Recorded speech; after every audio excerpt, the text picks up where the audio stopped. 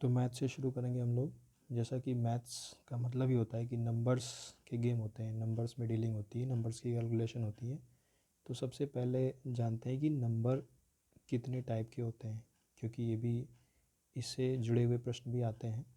तो जो संख्याएं होती हैं, संख्या या नंबर, ये दो टाइप की होती हैं। पहली होती हैं वास्तविक संख्याएं और दूसरी होती हैं काल्पनिक। ठीक है, वास्तविक संख्याएं कुछ भी हो सकती हैं जिनको हम डिफ़ाइन कर सकते हैं, मतलब जिनकी वैल्यू कांस्टेंट होती है, जो बदल नहीं सकती है, एग्जैक्ट सेम रहेगी हमेशा। जैसे आपका 1 2 3 एट्सेट्रा, या आपका भिन्न में हो गया 4/5, या कोई अंडर रूट में वैल्यू हो गई। ये अंडर रूट के बारे में आगे जानेंगे, बट अंडर रूट 5, कोई भी वैल्यू किसी भी टाइप का, माइनस का भी हो सकता है, -6। ठीक है, तो कैसी भी वैल्यू जो एग्जैक्ट होगी, जैसे कि 3 है, 3 की वैल्यू हमेशा 3 ही रहेगी, बदल नहीं सकती है। तो इस टाइप की जो, इसमें आप दशमलव को भी ले लीजिए, 0.75, कुछ भी, मतलब जिनकी वैल्यू हमेशा नियत रहेगी, कभी बदल नहीं सकती, उनको वास्तविक संख्याएं कहते हैं। और काल्पनिक संख्याएं हम नहीं पढ़ेंगे क्योंकि ये हमारे सिलेबस में नहीं है। ठीक है, फिर भी काल्पनिक संख्याएं जैसे इन्फिनिटी, ये इसका साइन होता है, इसका मतलब होता है अनंत, मतलब जिसकी कोई वैल्यू ही नहीं है। ठीक है, एक आई होता है, फिलहाल इनके सब के बारे में नहीं जानेंगे क्योंकि ये हमारे सिलेबस में नहीं है। अब वास्तविक संख्याओं में आगे बढ़ते हैं। ठीक है, वास्तविक संख्याएं ये हमारा मेन है, हमारे पूरे सिलेबस में सिर्फ हम वास्तविक संख्याओं के बारे में पढ़ेंगे। वास्तविक संख्याएं दो टाइप की होती हैं। पहली होती हैं परिमेय संख्याएं,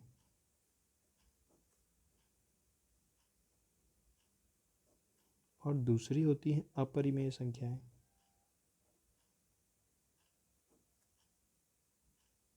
ठीक है, तो परिमेय और अपरिमेय, इसका मतलब होता है कि पहले शुरू करते हैं परिमेय के बारे में। परिमेय संख्या को मतलब इस तरह से p/q इस फॉर्म में लिखा जा सकता है, लेकिन एक शर्त होती है कि नीचे जो है, जैसे इसको अंश कहते हैं, ऊपर वाले पार्ट को पढ़ा होगा कभी, पहले भिन्न बोलते थे इसको, और इसको हर कहते हैं। तो परिमेय संख्याएं वो होती हैं जिनको हम इस फॉर्म में लिख सकते हैं, लेकिन कंडीशन ये होती है कि नीचे वाला जो नंबर है ये कभी ज़ीरो नहीं होना चाहिए। मतलब जैसे 3/5, 7/8 कुछ भी होगा, लेकिन कभी ऐसे 5/0 नहीं हो सकता, क्योंकि इसका मतलब अगर डिवाइड में कभी ज़ीरो आया तो उसका मतलब हो जाता है इनफाइनाइट, अनंत, और वो की काल्पनिक संख्या होती है, उसकी वैल्यू निर्धारित नहीं होती है। तो डिवाइड में पहली बात कभी ज़ीरो नहीं आना है। और अगर कोई नंबर लिखा हुआ है 5, ठीक है, तो 5 और इसमें क्या अंतर है, दोनों सेम है। 5 को अगर हम इस फॉर्म में लिखना चाहें तो हम डिवाइड में 1 लिख सकते हैं, कि 5 का अगर एक भाग करेंगे तो कितना होगा, 5 ही होगा। तो इसलिए 5/1 एक ही है, मतलब किसी भी नंबर के डिवाइड में हम 1 लगा देंगे तो उस पर कोई फ़र्क नहीं पड़ेगा, क्योंकि डिवाइड का मतलब भाग करना, और एक भाग में भाग करना मतलब वही पूरा ही रहेगा। दो भाग में भाग करते तो आधा हो जाता, तो एक भाग में करना मतलब सेम वही नंबर, तो कोई फ़र्क नहीं पड़ेगा। तो इस तरह की फॉर्म में जिन नंबरों को लिखा जा सकता है वो होती हैं आपकी परिमेय संख्याएं। ठीक है, अब अपरिमेय संख्याएं कौन सी होती हैं, जिनको इस तरह की फॉर्म में नहीं लिखा जा सकता है। जैसे अपरिमेय संख्याएं वो होती हैं, जैसे √5 हो गया, पाई हो गया, पाई पढ़ा होगा, पाई की वैल्यू कितनी होती है,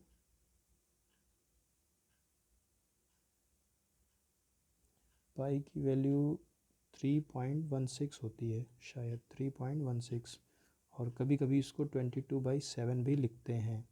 ठीक है, तो ये अपरिमेय संख्याएं होती हैं, और आपकी ये परिमेय संख्याएं होगी। अब जो परिमेय संख्याएं हैं पहली वाली,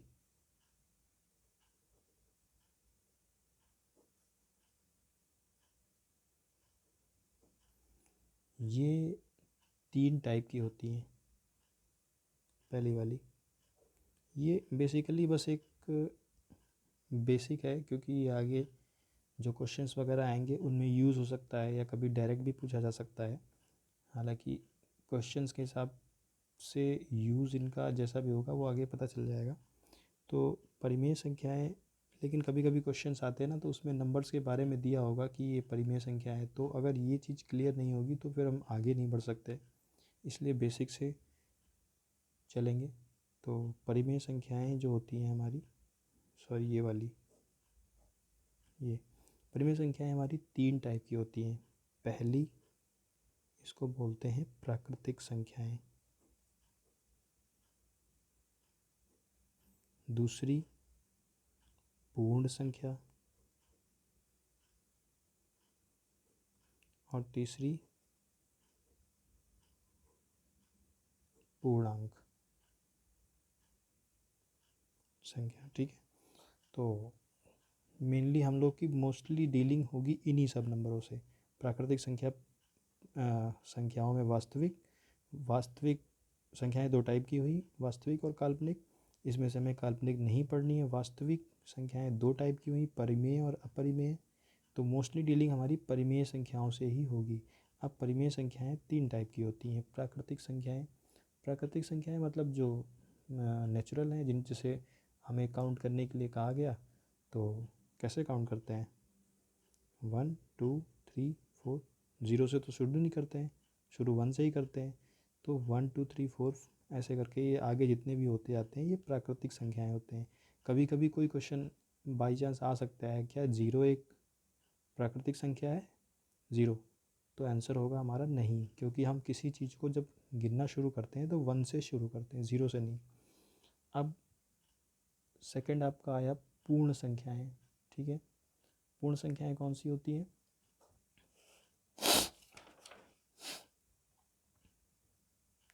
पूर्ण संख्याएं मतलब जो पूरी हों, मतलब जिनको डिवाइड ना किया जा सके। उनके एग्जाम्पल आपको बताते हैं, जैसे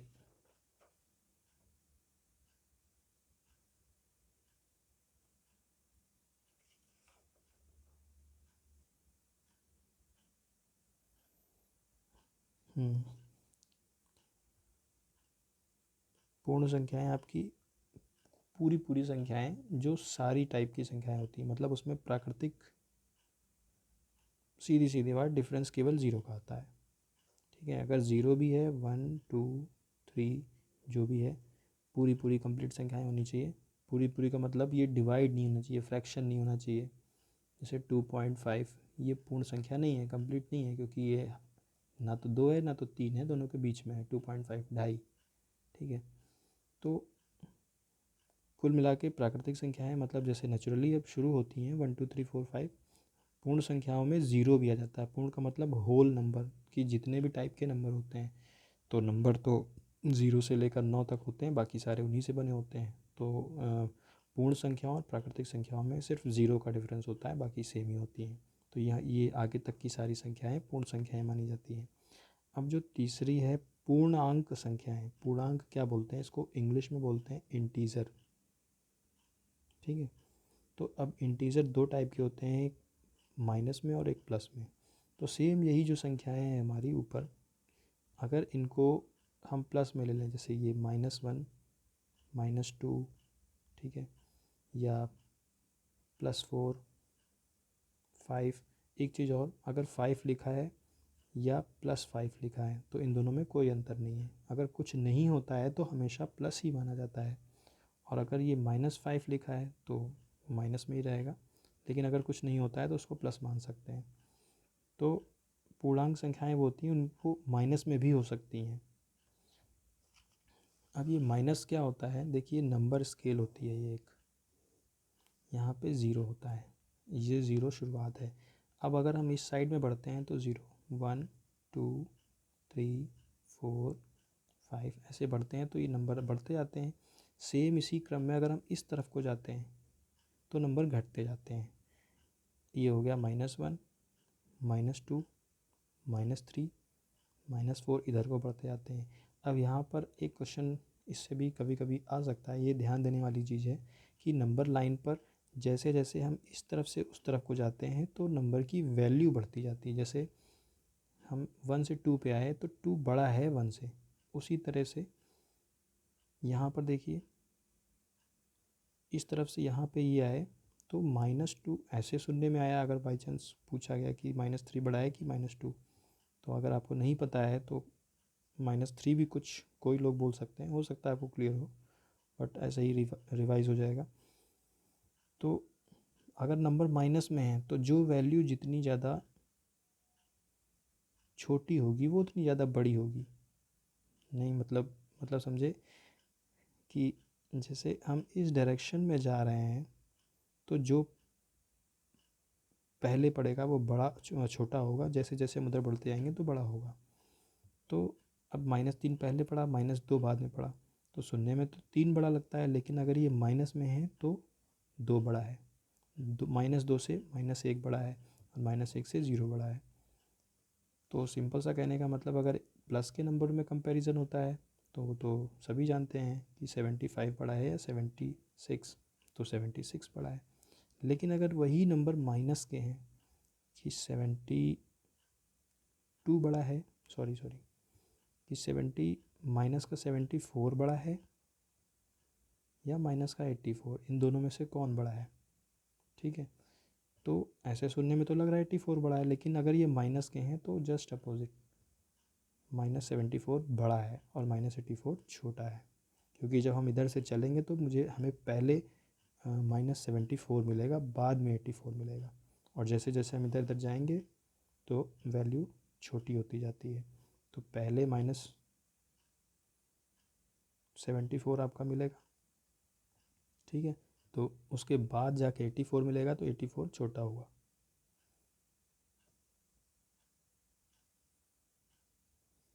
ठीक है, तो अब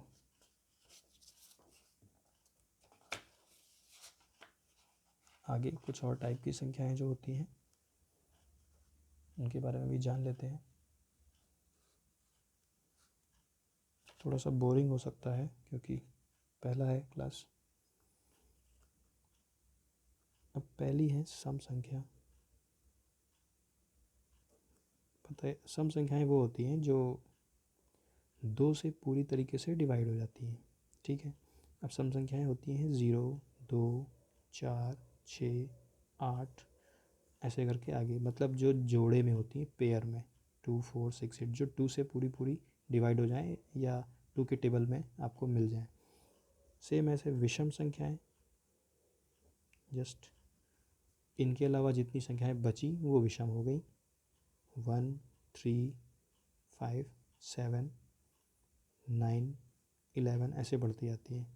अब ध्यान दीजिएगा, विषम संख्या का मतलब ये नहीं होता है कि वो किसी से डिवाइड नहीं होती हैं। जैसे 9 है वो 3 से डिवाइड हो जाता है, ठीक है, लेकिन विषम है। विषम का मतलब वो सम ना हो, और सम क्या है, जो पेयर में हो, जो 2 से डिवाइड हो जाए। तो इनके अलावा जितनी भी बचती हैं वो विषम संख्याएं होती हैं। सम विषम, इनको सम को इवन कहते हैं, इसको ऑड नंबर्स कहते हैं। अब सम और विषम के अलावा अगला है भाज्य संख्याएं, ठीक है। भाज्य संख्याएं, इनको बोलते हैं कंपोजिट।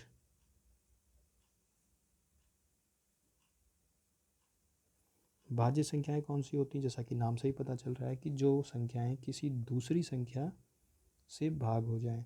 अब एक चीज़ और सोचने वाली है, क्योंकि 1 जो होता है, अब जैसे मैंने बताया था कि 8 लिखा हो या 8/1 लिखा हो, बात एक ही है, क्योंकि 1 से भाग करना मतलब उसका एक पार्ट करना, एक हिस्सा करना उसका, तो वो तो 8 ही होगा। तो 1 को नहीं माना जाता है इस मामले में, ठीक है, क्योंकि 1 से तो सारे ही भाग हो जाते हैं, किसी को भी भाग देंगे 1 से तो भाग ही हो जाएगा। तो 1 को छोड़कर भाज्य कंपोजिट नंबर, जो भाज्य संख्याएं होती हैं, वो किसी दूसरे नंबर से, मतलब इसकी परिभाषा ये होती है कि भाज्य संख्याएं वो संख्याएं होती हैं जो 1 और स्वयं का मतलब जैसे 3 है, ठीक है, 7 मान लीजिए, 7 जो है वो अपने से नीचे से किसी नंबर से भाग नहीं होती है, 1 से तो हो ही जाएगी, 1 7 जा 7, और 7 क्या होगा, 7 से भी हो जाएगी, 7 1 जा 7, ठीक है। तो भाज्य का मतलब अब यही होता है कि हमें ये दोनों नंबर नहीं देखने हैं, क्योंकि पहली बात तो 1 से सारी संख्याएं भाग हो जाएंगी और दूसरी बात खुद से भी हो जाएंगी। तो 1 और सेम वो नंबर, उन दोनों को छोड़कर अगर कोई और नंबर है जो उस संख्या को भाग दे सकता है, जैसे कि 6 1 से भाग होता ही है, 1 को लेना नहीं है, 6 से भी भाग हो जाएगा, 6 को भी नहीं लेना है, क्योंकि हमें वो सेम वो नंबर और 1 नहीं लेना है। अब 2 से भाग हो जा रहा है ये, 2 3 जा 6, 2 से यार दो के टेबल में हमें 6 मिलता है, 3 से भी डिवाइड हो जा रहा है, 3 2 जा 6। तो इसके जो फैक्टर्स हैं, मतलब 2 और 3 ऐसी संख्याएं हैं जो 6 को भाग दे सकती हैं। तो 6 को हम भाज्य संख्या कहेंगे कि हाँ 6 जो है भाग हो सकती है किसी नंबर से, ठीक है। सेम ऐसे ही अभाज्य संख्याएं कौन सी होती हैं, अभाज्य संख्या को प्राइम नंबर कहते हैं, ठीक है। अभाज्य संख्याएं वो होती हैं जो, देखिए स्वयं और 1 को तो जोड़ना ही नहीं है दोनों केस में, क्योंकि स्वयं और 1 से तो सारी संख्याएं हो जाएंगी, एक से भी और स्वयं से भी। तो अभाज्य संख्याएं वो होती हैं जो कोई दूसरा नंबर जिनको डिवाइड ना कर सके, ठीक है। जैसे हमने बात की 13, 13 किसी भी नंबर के टेबल में आता है, नहीं आता है। 2 छंग 12, 2 सत्ते 14, पार हो गए, 3 के टेबल में भी नहीं आएगा। ऐसे ऐसे करके आप 13 तक पहुंच जाइए, किसी टेबल में आपको नहीं मिलेगा, मतलब 13 को कोई नंबर डिवाइड नहीं कर सकता है। तो 13 अभाज्य संख्या हो गई। 7 हो गया, 5 हो गया, ये सब जो नंबर हैं ये सब अभाज्य संख्याएं हैं, मतलब ये किसी के टेबल में नहीं आती हैं, ठीक है। अब जैसे एक एग्ज़ाम्पल, जैसे 25 है, 25 भाज्य है या अभाज्य, तो 25 जो है 5 के टेबल में आता है, 5 25 25, तो ये भाज्य है।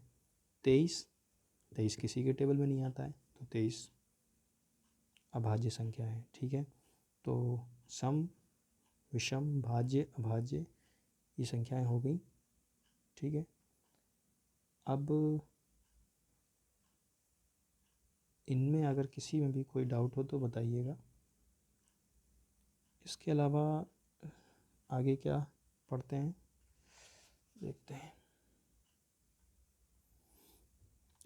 इसके आगे इससे थोड़ा सा आगे बढ़ते हैं। तो स्थानीय मान नाम सुना होगा आपने, और छोटे पर सॉल्व भी किए होंगे क्वेश्चन।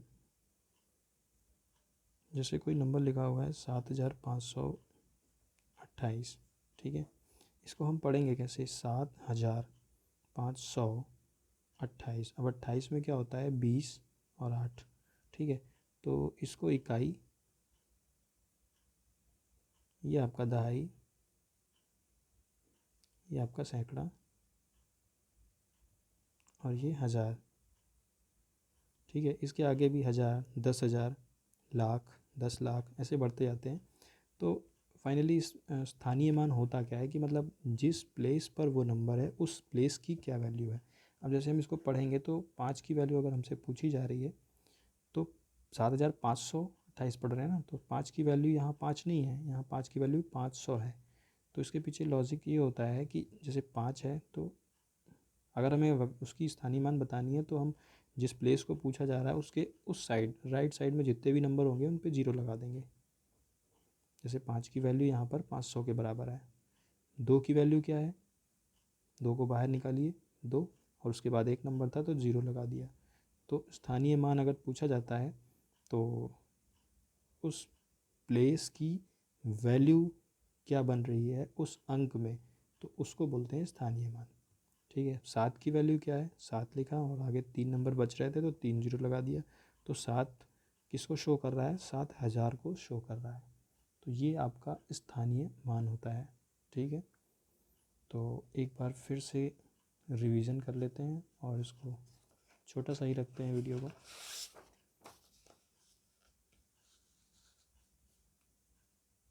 हमने पढ़ा संख्याओं के बारे में, क्योंकि मैथ्स में हमें संख्याओं से ही डील करना है। तो संख्याएं दो टाइप की थी, पहली वास्तविक, दूसरी काल्पनिक। काल्पनिक के बारे में हमें पढ़ना नहीं है, वास्तविक संख्याएं जितनी भी टाइप की संख्याएं हैं वर्ल्ड में, ठीक है, जिनको डिफाइन किया जा सकता है, वास्तविक हो गई। अब वास्तविक संख्याएं दो टाइप की हो गई, पहली परिमेय संख्याएं और दूसरी अपरिमेय। परिमेय और अपरिमेय में इसको रेशनल और इसको इरेशनल कहते हैं, रेशनल और इसमें इरेशनल, ठीक है। परिमेय संख्याएं जिनको हम फ्रैक्शन के पार्ट में लिख सकते हैं, जैसे ये हो गई, और कंडीशन ये है कि ज़ीरो नहीं होना चाहिए था डिवाइड में, क्योंकि उसकी किसी की वैल्यू में ज़ीरो होता है तो उस डिवाइड में तो उसको अनंत माना जाता है। ऊपर वाले भाग को अंश कहते हैं, नीचे वाले को हर।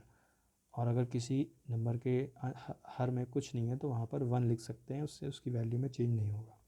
तो ये परिमेय संख्या हो गई। अब परिमेय संख्याएं वो हो गई जो इस फॉर्म में नहीं लिखी जा सकती, जैसे ये थोड़े से उटपटांग टाइप के होते हैं, ठीक है। अब परिमेय संख्याओं के 3 क्लासिफिकेशन हुए। परिमेय संख्याएं प्राकृतिक संख्या, पूर्ण संख्या, पूर्णांक संख्या। प्राकृतिक मतलब नेचुरल नंबर, नेचुरली शुरू होते हैं 1 2 3 4। पूर्ण संख्या मतलब सारी टाइप की संख्या, होल नंबर, तो होल नंबर में ज़ीरो। कभी कभी ये क्वेश्चन बन जाता है कि प्राकृतिक और पूर्ण में ज़ीरो का डिफरेंस है, तो ज़ीरो क्या है, पूर्ण संख्या है या प्राकृतिक संख्या है, तो हम बोलेंगे पूर्ण संख्या है, होल नंबर है। तो पूर्ण संख्या। अब पूर्णांक संख्या क्या हो गई, जैसे कि सारे नंबर होते हैं वही नंबर प्लस माइनस दो टाइप में हो सकते हैं, कि वो नंबर प्लस में है या माइनस में। तो उन सारे टाइप के नंबरों को, जिसमें कि हम निगेटिव को भी ले सकते हैं, माइनस वालों को, उनको पूर्णांक कहते हैं, ठीक है। ये हमारी हो गई नंबर स्केल बोलते हैं इसको। ज़ीरो से शुरुआत होती है, उधर बढ़ते जाते हैं, इधर को उधर की वैल्यू बढ़ती जाती है, इधर की वैल्यू घटती जाती है।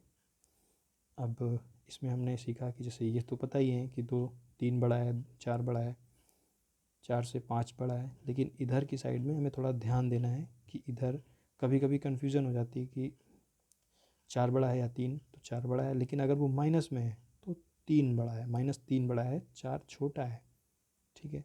ये था इधर का। और इसके बाद हमने पढ़ा सम संख्या। सम संख्या 0 2 4 6 8 ऐसी नंबर जो 2 से डिवाइड हो जाते हैं। विषम संख्या एक जो 2 से नहीं डिवाइड होते हैं, इनके अलावा जो नंबर बचे वो विषम हो गए, ठीक है। भाज्य संख्याएं वो होती हैं जो स्वयं, देखिए नंबर 1 और स्वयं से मतलब सेल्फ से तो सारे नंबर डिवाइड हो जाते हैं, उनको छोड़कर कोई अगर और नंबर है जो किसी संख्या को भाग दे सकता है तो वो संख्याएं भाज्य संख्याएं कहलाएंगी। जैसे 6 है, 6 1 से तो भी हो जाएगा, लेकिन हमें उसको जोड़ना नहीं है, कंसीडर नहीं करना है। 6 से भी हो जाएगा, उसको भी कंसीडर नहीं करना है। अब बचा 2 और 3 से हो रहा है, मतलब एक भी नंबर मिल जाए कम से कम, तब भी वो अब भाज्य हो जाएगा।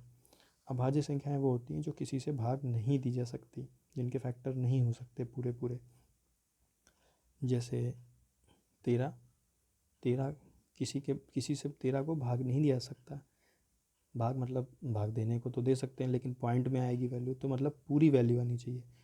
तो ये मान के चले 13 किसी के टेबल में नहीं आता है, तो ये अभाज्य संख्या है।